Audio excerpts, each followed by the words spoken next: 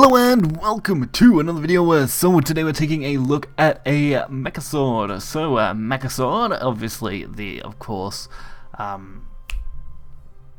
Machina set of cards, running fairly interestingly lately. It's been a fairly strong deck, so no surprise there, but the early package is you're pretty standard as far as cards go. So Robo Goblin, Cyber Cannoneer. We are running a single magic dealer for just that extra potential. Draw seems to do fairly okay for that when it gets used. Not that, you know, being a one-off doesn't get used that much. Hoverboard Mercenary, all those sort of cards work really nicely together. Then of course, pretty standard Ivory Sword Dance and Aether for Sword. Pretty much every major sword deck would run it. Autopilot Patroller is another interesting one, as it is a pretty new addition. It just basically does a self buff when you have enough in hand, and if another allied one is in play, you get destroyed. Basically a similar to Red Riding Hood style effect for neutrals. This one is just for the Machina archetype, so the Machinas do a really good job. Stampeding Fortress, really great if you're looking to, of course, get a buff free drop on 9, or if you want to use it earlier, which is how I like to use it on 4, and summon a board of assembly droids. The standard Dragonite. The Ironforged Hero, a card I always wanted to mess around with, but never really had the option to since there wasn't that many good variants, actually gets to shine here, giving rush to fellow mechs all the time. Really great for that.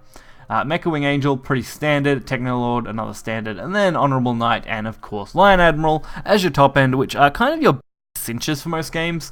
If you can get either of those out on a decent board, you can pretty much turn the game in your favor in almost any situation. So now that we've taken a look at this, we should get right into it and check it out. So the couple of matches I think we have here are both against Mecha Blood. That's a pretty hot deck right now in the current meta set. No surprise, since a lot of people invested in Blood.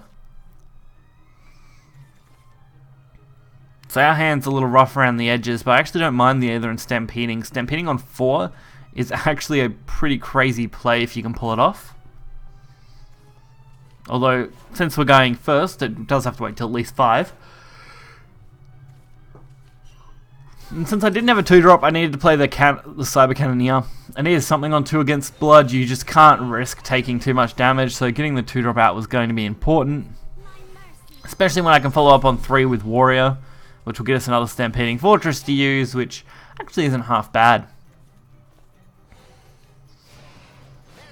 Unleash Nightmare. Not really too big a problem since I went 50-50 on it. Now I decided just to throw a Stampeding since we did have 2 in hand and the odds of them clearing it, while reasonably high, they do have to waste some resources, so that does work in our favor a little bit if they decide to go for the clear. It looks like they will take that clear. I mean, no real surprise. I mean, I would take it too given the opportunity. The clear is just too valuable. And now we can go for another Stampeding Fortress. This time, filling up the board with a pretty nice stack.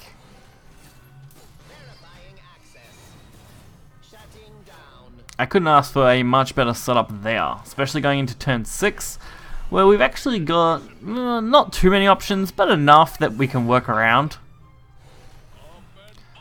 Realistically, turn 8 is the better one, but we're not going to quite there yet. As long as we can get Technolord built up, we should at least be able to clear any potentially wide boards. Like, this board isn't half bad. We can actually deal with it very easily if we just want to go for the Ivory. Although I did decide just to not bother with it, since we get the removal like this anyway, and we're actually going to get Follow Destruction, which will potentially get us another Blazing Admiral from our decks very soon. The more followers that we lose, the better chance of getting that Admiral out, because of course that is an invocation of 15. And not bad for our opponent, pulling out the 6-3 now, since of course it attacked. Fortunately, Ivory Sword is going to be more than enough, which is exactly what we needed. So our turn 8 is a little more rough. I've got the Blazing Lion Admiral, that's a good play, but on empty board it's not as great. Or a basically empty board. Technolord is actually pretty solid, and I actually probably should have tried to go down that route somehow, but I did decide instead to go for the Dragonites and take the Vane, which does an okay job. I mean, we're going to get the clear for the most part. I mean, we're going to leave up the Bat, but the 1-1 Bat, not as big a threat right now with the current board. a 5-7 and a 4-4 are pretty substantial plays. And we had a high enough health total that I wasn't too worried about seeing any crazy plays this turn. It's really their turn 9 that's going to be super rough for us. So we need to take this board out.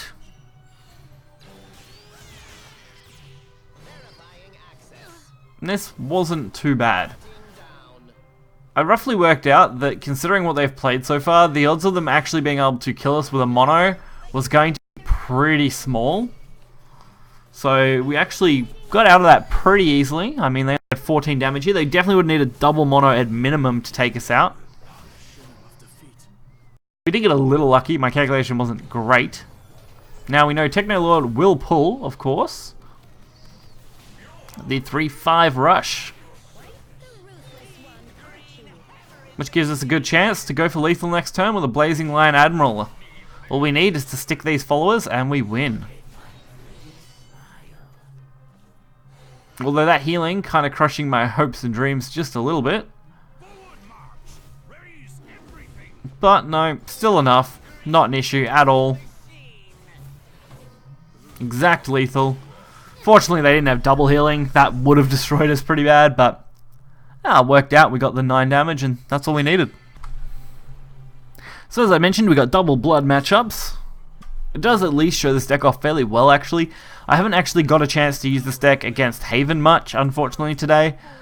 While I was making this video, Haven hasn't been very prevalent on the ladder, which is actually a surprise for once, considering the first day after the nerf, it was absolutely everywhere, and now it's gone at least for right this second, so good sign for us, I guess. I'm sure it will still be around, I just haven't seen any of my own matches in probably the last 20-ish games nearly. I've seen maybe one Elena Haven deck. So Alexandrite Demon, not really a problem. We did go for, of course, the early 1-drops. I couldn't really think of anything else to do here. And getting a 4-4 out I felt was pretty decent for turn 3, so good stats. Early setup against Blood would work quite well. And we've still got the Ivory Sword, which is a good way to pick off these couple of 1-drops, even though we didn't get full value out of it. But since we have Stampeding Fortress next turn, again, it wasn't too big a concern for me. Megaforged Devil, though, is such a good card. The value you can get out of that thing is actually pretty insane.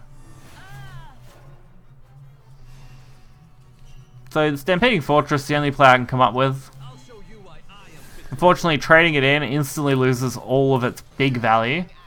So I did decide to just leave it. They ended up trading anyway, so it wasn't really that relevant, but you never really know. I probably should have just traded it so they couldn't potentially do something crazy with it. Now we need a good way to take out this board. That's going to be the tricky part for this match now. If we use the Evo here, though, on the Warrior Wing, which honestly, if I had thought about this, I could have at least saved something. Although if I saved something, I don't think I would have been able to clear the 4-5, since we did need to lose all our Machina followers. Our Machina ones needed to just go to get that 5 damage. Mecha Wing Angel, and a Robo Goblin. They're definitely going for the wide Hellblaze Demon play here. Probably boosting, I would have to guess, a Mono. Mono and Slain are the only two that you're going to be boosting, since they are the ones that predominantly get storm damage. Unless you really don't have a choice. At least we do get full removal here and a nice cannon setup. That'll give us an okay board to work with for turn 8, where our Blazing Lion Admiral can actually come into play.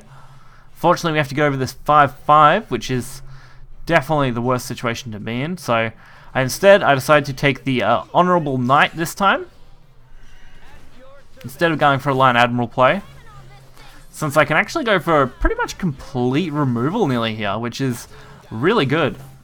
And I can actually leave up my 8-7, so it worked out pretty well. Especially since we are at max health and going into turn 8, really not an issue for us. It's only going to be turn 9 where we have to even worry at all. Although that was definitely a rough play, getting both of our cards knocked out there. At least we got the Blazing Lion Admiral. Oh, and we also managed to get the Ivory Sword Dance. That's not too bad either. So this isn't going to be a perfect play. If they had double mono with enough buffs, this could have cost us the game, but I had to hope that being at 20 health is going to be enough to really limit what they could potentially do. Fortunately, it seems like it was, since they went for Medusian. A good play on it, for sure. And with that, I actually believe we have lethal, yeah. So the Ivory Sword Dance gives us +2, we go to 4. We can deal 1 extra. Leaves them on 2, their amulet procs, and that will end the game.